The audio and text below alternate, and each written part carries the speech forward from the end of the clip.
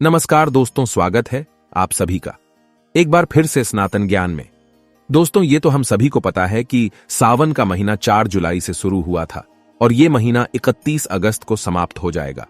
सावन समाप्त होने से एक दिन पहले रक्षाबंधन का पर्व मनाया जाएगा, तो सावन समाप्त होने से पहले ये एक चीज अवश्य खा लेना। और अगर आप कावड़ यात्रा पर जाने वाले हैं तो घर से एक चीज जरूर खाकर निकलें।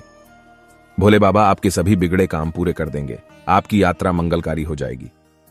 शास्त्रों में कहा जाता है कि सावन में जो व्यक्ति ये एक चीज नहीं खाता, उसके घर में सदैव गरीबी का वास हो जाता है। इसीलिए सावन का पवित्र महीना समाप्त होने से पहले एक चीज जरूर खा लेना। साथ ही हम बताएंगे भगवान शिव की बेलपत्र से पूजा करने की खास विधि, जिससे आपकी धन संबंधित हर समस्या का निवारण हो जाएगा। दुख दरिद्रता घर से दूर भाग जाएगी। सदैव शिवजी का हाथ आपके सिर पर रहेगा। लेकिन दोस्तों, उससे पहले आपसे रिक्वेस्ट करते हैं कि वीडियो को लाइक जरूर करिएगा, दोस्तों को शेयर कर दीजिएगा, और अगर आपने अभी तक चैनल को सब्सक्राइब नहीं किया है तो चैनल को सब्सक्राइब जरूर करिएगा। दोस्तों, बेलपत्र भगवान शिव का सबसे प्रिय होता है। बेल के पत्तों से शिव जी की पूजा करने से उनके भक्तों को अपार आशीर्वाद मिलता है। बेलपत्र ब्रह्मा, विष्णु और भगवान शिव का प्रतीक माना जाता है। बेलपत्र को एक आयुर्वेदिक जड़ी बूटी में गिना जाता है। इस सावन में शिवजी पर चढ़ाया हुआ एक बेलपत्र खा लें। इससे आपके रोग, शोक, क्लेश सारे दूर हो जाएंगे। जटिल से जटिल बीमारियों में राहत मिल जाएगी। शिवजी का सिर पर सदा हाथ रहेगा। आपके बिगड़े काम बनने लग जाएंगे। दुर्भाग्य सौभाग्य में बदल जाएगा। दरअसल आपने सुना होगा कि शिवलिंग पर चढ़ाई चीजों का सेवन नहीं किया जाता। जी हाँ, शिवलिंग पर चढ़ाई चीजें खाई नहीं जाती, लेकिन शिवजी पर चढ़ाया बेलपत्र आप जरूर खा सकते हैं। दोस्तों, वैज्ञानिक दृष्टि से देखा जाए तो भी बेलपत्र का सेवन सेहत के लिए बहुत ही फायदेमंद होता है। यह vitamin C, calcium, fibre, vitamin B1, vitamin B6 ऐसे कई सारे फायदेमंद तत्वों से भरपूर होता है। इसके सेवन से स्वास्थ्य से जुड़ी कई समस्याएं दूर हो जाती हैं। इसके नियमित सेवन से पेट से जुड़ी कई गंभीर समस्याओं से लेकर मधुमेह जैसी बीमारियों को कम करने में काफी ज्यादा असरदार होता है। बेलपत्र का रोजाना सेवन रक्त को साफ करने में मदद करता है। बड़े पंडितों का कहना है कि 11 वर्षों तक प्रतिदिन अगर कोई व्यक्ति शिवजी पर चढ़ा एक बेलपत्र प्रतिदिन खा ले, उसके मुख से निकली हुई वाणी कभी मिथ्या नहीं हो सकती। अच्छे से अच्छा योगी, सन्यासी, तपस्वी, साधक, उपासक भी उसके आगे फीका हो जाता है। जो उसने कह दिया वह पत्थर की लकीर होगी। शिवजी पर चढ़ा एक बेलपत्र प्रतिदिन नित्य एक ही समय पर खाना होगा। बीच में कभी रुकावट नहीं आनी चाहिए। स्कंद पुराण, लिंग पुराण, नर्मदा पुराण, शिव पुराण, हर पुराण में आपको बेलपत्र का एक ही वर्णन मिलेगा। सब में एक समान महत्ता बताई गई है। बेलपत्र के 3 पत्तों में ब्रह्मा, विष्णु और महेश विराजमान होते हैं, और बेलपत्र की डंडी जहां जुड़ी होती है उस स्थान पर 3 देवियां लक्ष्मी, सरस्वती और पार्वती विराजमान होती हैं। बाकी बची डंडी में 33 कोटि देवताओं का निवास होता है। दोस्तों, भगवान शिव की बेलपत्र से पूजा करने की खास विधि आज हम बताने जा रहे हैं। श्रावण में किसी भी दिन, खासकर सोमवार को, अगर आप इस विधि से शिवलिंग पर बेलपत्र चढ़ाएंगे तो आपकी धन संबंधित समस्याएं खत्म हो जाएंगी। आप बेलपत्रों में से बिना कटे फटे 11 बेलपत्र शुद्ध पानी से साफ कर लें। एक कटोरी में गाय का कच्चा दूध लें, उसमें स्वच्छ बेलपत्र डाल दें। नित्य की तरह शिवलिंग की पूजा करें।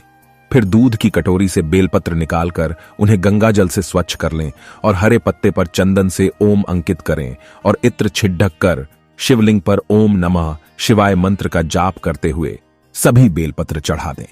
इसके 1 हफ्ते बाद आपको इसके शुभ परिणाम मिलने शुरू हो जाएंगे। आप चाहें तो बेलपत्र की माला भी इस विधि से शिवलिंग पर चढ़ा सकते हैं। आपकी धन संबंधी सारी मुश्किलें इससे हल हो जाएगी। व्यापार कारोबार में बरकत आएगी या धनागमन के नए मार्ग खुलने लगेंगे। दोस्तों, तुलसी का पत्ता खाना भी अत्यंत लाभकारी माना गया है। नियमित रूप से सुबह के समय तुलसी का पत्ता खाने से बड़ी तीर्थ यात्रा के समान पुण्य फल की प्राप्ति होती है। यह स्वास्थ्य लाभ भी दिलाता है। बारिश के मौसम में रोजाना तुलसी के 5 पत्ते खाने से मौसमी बुखार या जुकाम जैसी समस्याएं दूर रहती हैं। तुलसी की पत्तियों को चबाने से मुंह का संक्रमण दूर हो जाता है। मुंह के छाले दूर होते हैं और दांत भी स्वस्थ रहते हैं। दाद, खुजली और त्वचा की अन्य समस्याओं में रोजाना तुलसी खाने या तुलसी के अर्क को प्रभावित जगह पर लगाने से कुछ ही दिनों में रोग दूर हो जाता है। सुबह खाली पेट तुलसी के पत्तों का सेवन करने से तनाव नियंत्रण में रहता है। इसमें पाया जाने वाला एडेप्टेशन रक्त प्रवाह में सुधार लाता है। इन पत्तों से सिरदर्द में भी राहत मिलती है। तुलसी की खुशबू से कई खतरनाक जीव जंतु अपने आप मर जाते हैं या उस स्थान से दूर रहते हैं। तुलसी का पत्ता खाने से व्यक्ति के अंदर सकारात्मकता का वास हो जाता है। इससे मां लक्ष्मी के साथ साथ विष्णु भगवान की कृपा भी बरसती रहती है। दोस्तों, रात के समय तांबे के लोटे में गंगा जल मिश्रित जल भरकर अपने सिरहाने रखें। सुबह उठने के बाद इस जल का सेवन करें। इस जल के कुछ छींटे अपने कपड़ों पर भी मारें। दोस्तों, गंगा जल के पवित्र के बारे में क्या कहें।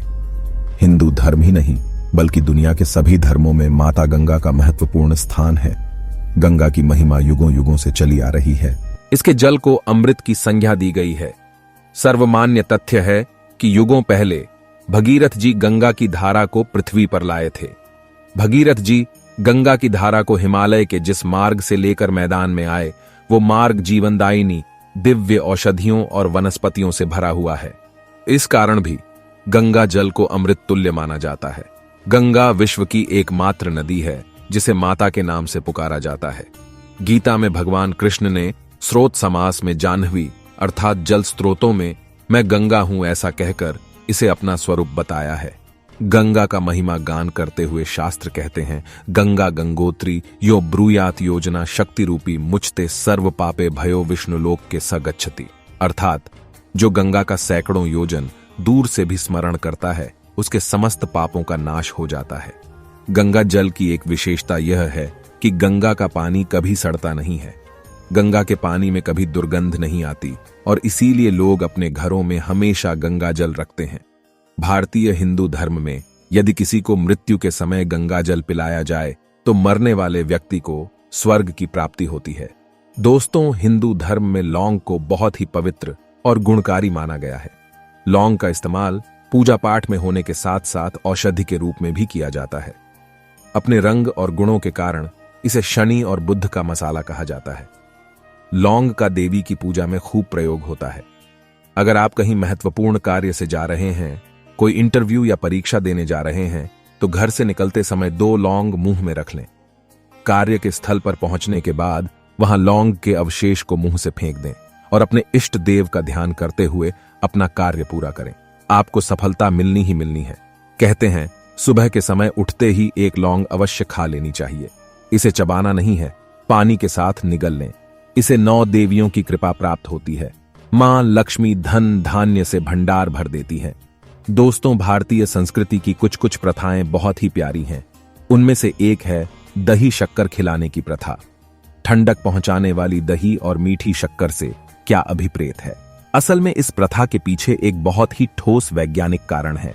दही शीतलक पदार्थ है और पाचन शक्ति को बढ़ाती है और शक्कर जिसमें ग्लूकोज है तुरंत ही शक्ति देने वाला काम करता है, जिसका अर्थ है कि कठिन परिस्थितियों का सामना करने के लिए शरीर को ठंडा और ऊर्जावान बनाए रखने में यह मिश्रण सहायता करता है।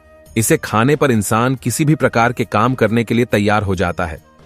अब इस मिश्रण में अगर एक माता पिता के रूप में या पति पत्नी के रूप में या भाई बहन के रूप में, दादा दादी के रूप में आप बच्चों या बड़ों को दुआएं, सकारात्मक, पुष्टि और प्रोत्साहन देने वाले शब्दों को मिला दें तो सोने पे सुहागा हो जाएगा। याद रखें, दही शक्कर ना हो तो अपने व्यवहार और शब्दों को इसके जैसा बना लें। सकारात्मक पुष्टि में बहुत ज्यादा ताकत है। अगर मन से की जाए तो ये लोगों का जीवन बदल देती है। आज के लिए बस इतना ही। दोस्तों, अगर आपको ये वीडियो पसंद आया है तो वीडियो को लाइक करिएगा, दोस्तों को शेयर जरूर करिएगा और चैनल को सब्सक्राइब जरूर करिएगा। धन्यवाद।